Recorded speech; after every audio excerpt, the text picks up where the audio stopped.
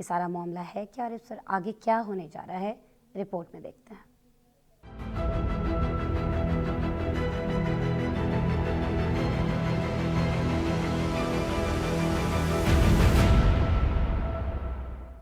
France میں police کی firing سے نوجوان کی ہلاکت کے بعد ہنگاموں کا سلسلہ نہ رک سکا اور واقعے کے چھٹے روز بھی فرانس کے مختلف شہروں میں احتجاجی مظاہرے اور جلاؤ گھیراؤ کے واقعات جاری ہیں۔ پولیس کی طرف سے مشتل افراد کو بھی پکڑا جا رہا ہے اور مزید 157 افراد کو حراست میں لے لیا گیا ہے۔ 6 روز سے جاری ہنگاموں اور جلاؤ گھیراؤ کے دوران اب تک 3000 سے زائد مشتل افراد کو گرفتار کیا جا چکا ہے۔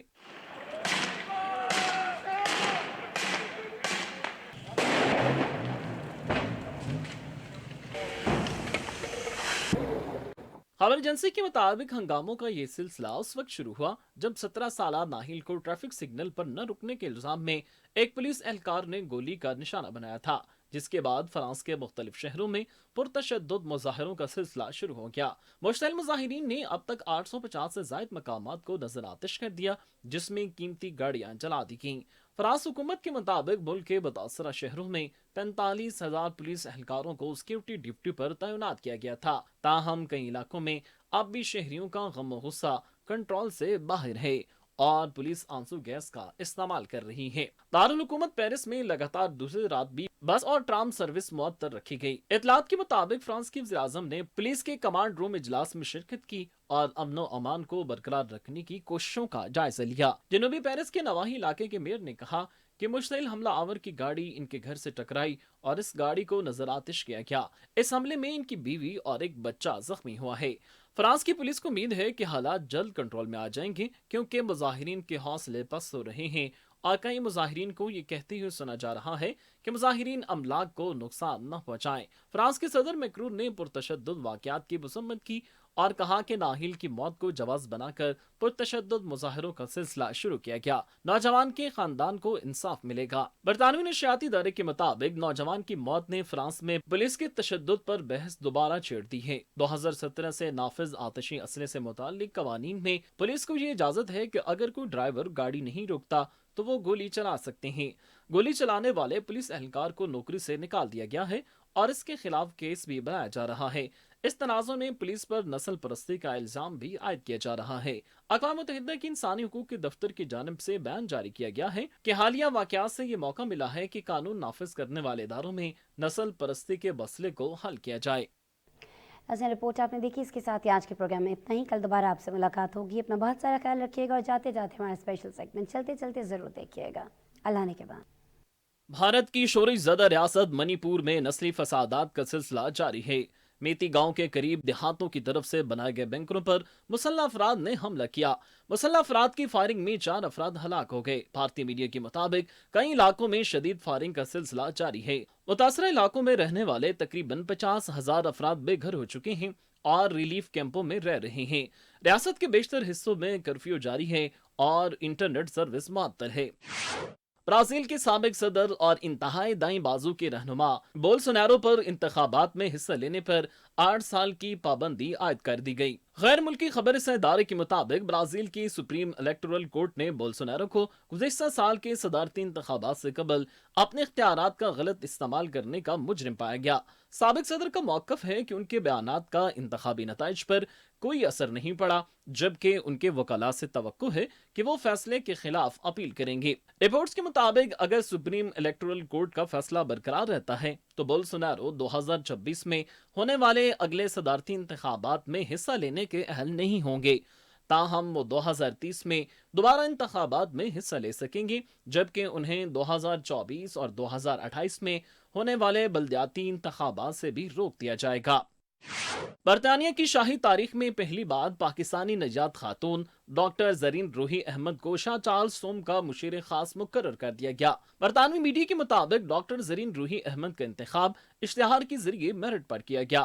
ڈاکٹر زرین برطانیہ میں ملکی اور بین الاقوامی امور کی بہترین ماہرین میں سے ایک ہیں جو شاہ چارلس کے پرائیویٹ سیکرٹری آفس کا حصہ ہوں گی۔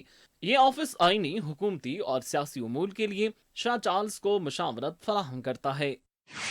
امریکہ کی سیکرٹری خزانہ 6 سے 9 جولائی تک چین کا دورہ کریں گی۔ برطانوی خبر رساں ادارے رائٹرز کے مطابق وہ مختلف معاملات پر اعلیٰ چینی حکام سے ملاقاتیں کریں گی، جن میں چین کے انسداد جاسوسی قانون کے حوالے سے بات چیت کا بھی امکان ہے۔